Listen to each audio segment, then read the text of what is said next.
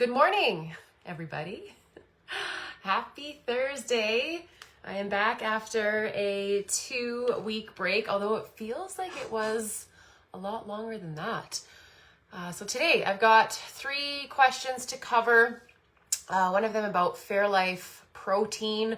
There's so many new products that are promoting protein, and of course I promote protein all the time, but are those products really good for us to consume on a daily basis or not? So I'll share my findings, or I guess it's my thoughts and the actual science on Fairlife protein shakes. Another question about morning routines, and chatting a little bit about Halloween, because that has been brought up on several occasions this week, and I did post a reel today that should be helpful for you if you do struggle with Halloween. So we are going to dive right in. First question is, are Fairlife protein shakes okay to consume? So it depends how often you consume them. These are my thoughts. They're easy, they're quick, they're convenient, which is awesome. However, if you break it down into what is actually in it versus eating chicken, for example, or beef or fish, tuna, which is a fish. Those are single ingredient protein foods, right? So we know exactly what's in it. With a Fairlife protein shake, so I'm just going to ramble off the ingredients here. Primary ingredient is ultra filtered low grade milk or ultra filtered partly skimmed lactose free milk. What the heck is that? So ultimately it's milk that is ultra filtered. So it's taking out probably a lot of the good nutrition that can be in milk, some vitamins, some minerals. Now, flavorings and sweeteners. There's natural flavors, alkalized cocoa, monk fruit, stevia, sucralose, and acesulfame potassium. So there's 4 different sweeteners. Why? 2 of them aren't bad. I am a huge fan of monk fruit and stevia. Those are both like natural sources. But sucralose and Ace K, not a huge fan. Of course, you can't avoid every single thing. But like I said earlier, if this is something you're consuming every single day, it's probably doing more harm than good for you. Other additives: lactase enzyme, maltodextrin, cellulose gel, cellulose gum, carrageenan. That's one I try to stay away from as much as I possibly can. Salt, vitamin A, and vitamin D3 that have been added in, probably because the milk has been ultra filtered and the natural vitamin A and vitamin D have been stripped from it to begin with. So artificial sweeteners, why is it best to avoid them? Long-term weight control, because your brain, your body doesn't, how can I explain this? It doesn't leave you feeling full. It's kind of like a fake well, it is a fake sweetener. It gives your body this like fake signal, and you just want more and more and more. It's not giving your body like the nutrition that it needs. Also, it can lead to type 2 diabetes. It can disrupt the gut. Like artificial sweeteners can lead to inflammation, gut disruption, and it's just not something that I love. I don't know about you. Back in when I was obsessed with shrinking myself, making myself like the smallest version of me, I was eating a lot of low-fat foods. I was eating tons of low-sugar foods. I can't remember when exactly that was.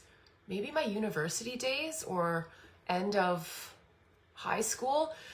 But I remember eating sugar-free chocolate and having such an upset stomach afterwards. Like it would just like, go right through me for lack of better words. And it was like because of all these artificial sweeteners. in them. It's just, I had completely ruined my gut, and that's why I had to go through some pretty intense gut protocols over the last few years because everything had just caught up to me. Now, impacts of carrageenan. Similar to artificial sweeteners, this is found even in like cottage cheese. You have to pay attention, but it's found in a lot of products.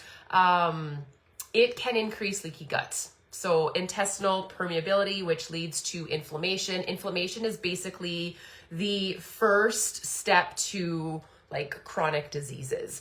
So if you are consuming these things like consistently, I'm not saying one or two here or there, you go to a convenience store, you need a, protein, you're on vacation, you want to have a protein shake. I've done that, but a lot of women are consuming these shakes, premium protein shakes, Fairlife shakes, Alani, I think that's another one. I'm trying to think of all the ones that I saw at Costco when we were shopping there last week. They are taking over the market because yes, protein, but when it comes down to it, ingredients are not great. Now, gums, cellulose gum, anything that has like gums, and again, you can't avoid all of it, but I just want you to be educated so that you can start reading labels to truly see what is in your food. And actually, guar gum, xanthan gum are other examples. And I was going to say, Rob sent me a post today. I'll share it in the group about candy because of Halloween, what it was back in the day to what is in candy now. It's scary. It's disgusting. I don't know why the government does not pay closer attention to what we are putting into our body. I guess, it comes down to money, to dollars.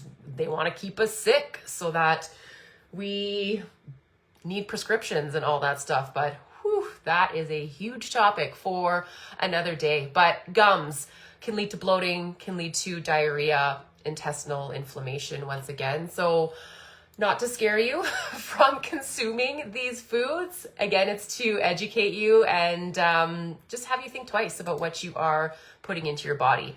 I am a huge fan of like just whole, simple foods, eating less out of packages, eating more around the perimeter of the grocery store. Of course, you're going to eat some canned foods. I eat canned tuna. I eat some canned vegetables. I will eat canned soups once in a while, but I do feel my best when I consume whole foods, and I would like to think that that's the same for you.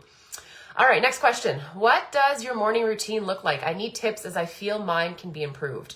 So mine changes constantly, depending on the seasons, depending on where I am, depending on what I'm working towards. I am currently doing just a little bit of a quote unquote cut, just paying attention to what I'm putting into my body. I'm like increasing my activity a little bit more. So my morning routine is getting up.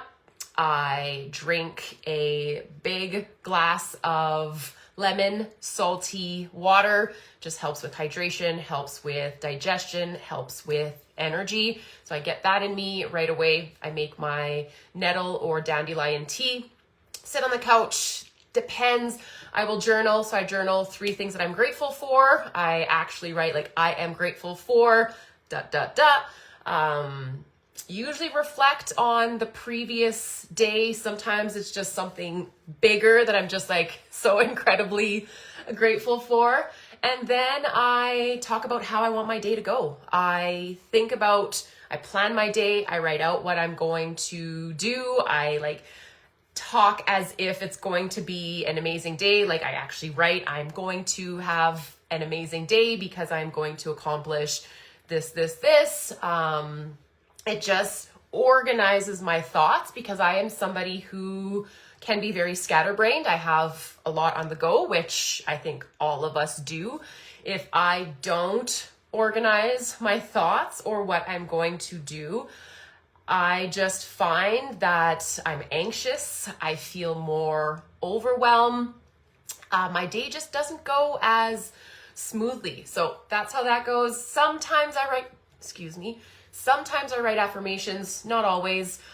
And I pump myself up. I give myself compliments about my body, about my mindset, about my drive, my motivation, my discipline. It feels good.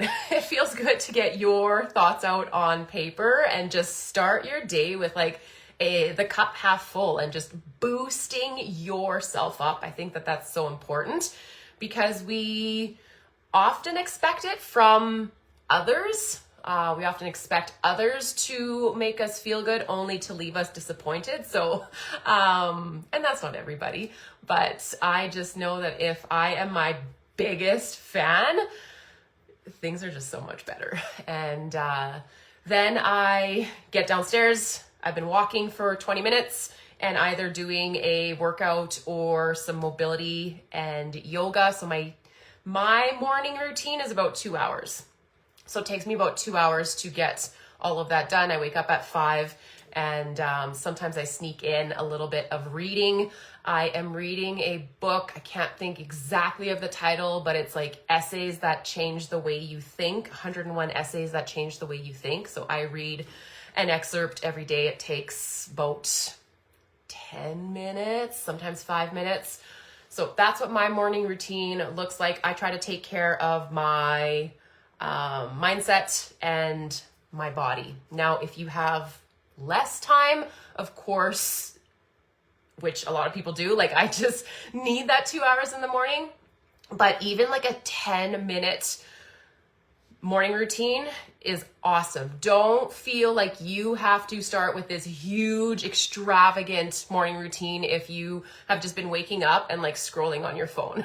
I think the first thing would be to just leave your phone aside and maybe pick up a journal or a book and read. Maybe it is to just get some movement right off the hop, to do some type of mobility routine or get on your treadmill and get some steps in early in the day. It can be 10 minutes, you guys. Like it all adds up. And I know this was a very condensed version, and maybe I can talk about this a little bit more in the future if you have more questions. But I don't want to keep you here all day. All right, next and last question. I'm feeling pretty nervous about Halloween. In the past, I would eat mini chocolate bars until I felt sick. So I'm wondering if you have any tips. So I did post a reel this morning. I think the biggest thing is just allowing yourself to have some of your favorite candies or chocolates or treats. I said in my reel this morning, pick 2 or 3 of your favorite mini chocolate bars. For example, I love chocolate. I am going to allow myself to have 6, so 2 of each. That's what I'm choosing to do. In the past, I would like dummy 20 to 30. No lies. I would just like not stop because I didn't have a plan. And my plan was actually not to have any. And then when I did have one, I was like, fuck it. Excuse my language. I ruined it. It's not, wasn't part of the plan. So I might as well just keep going. I had like that mindset. So when you switch your mindset and you say, hey, it's all good. I'm going to allow myself to have a few. Maybe you decide not to have any. And that's okay too. I'm just sharing what's worked for me, what's working for a lot of my clients, just being okay with it. The next day, you're not starting on Monday, you're starting over, you're just continuing on Saturday, getting up, drinking your water, moving your body. And if you do have, extras, bring it to work, get rid of it, give it to your nieces, your grandkids, somebody else, so it's just not in your house if you don't have any control. I'm at a point in my life where we can keep chocolate in the house. We have so much chocolate from Switzerland, you guys. My aunt gave me a massive bag. I didn't even know how we were gonna bring it back because our suitcases were so full already. But I have so much Swiss chocolate. I'm actually giving a ton of it away, but of course, keeping some of it because I love chocolate. I allow myself to have some on a daily basis. I don't always, but I'm at that point where I've said hey, it's okay to have chocolate every single day. In the past, I would say, nope, gotta be strict, no chocolate. And then I would just binge on it. I keep mine in the freezer because it's out of sight, out of mind. I don't leave it in a bowl on the counter or in the pantry because I do go to my pantry quite often on a daily basis, but it's just setting your environment up for success. So that's all I have for today. Any questions, please let me know. Have a good day.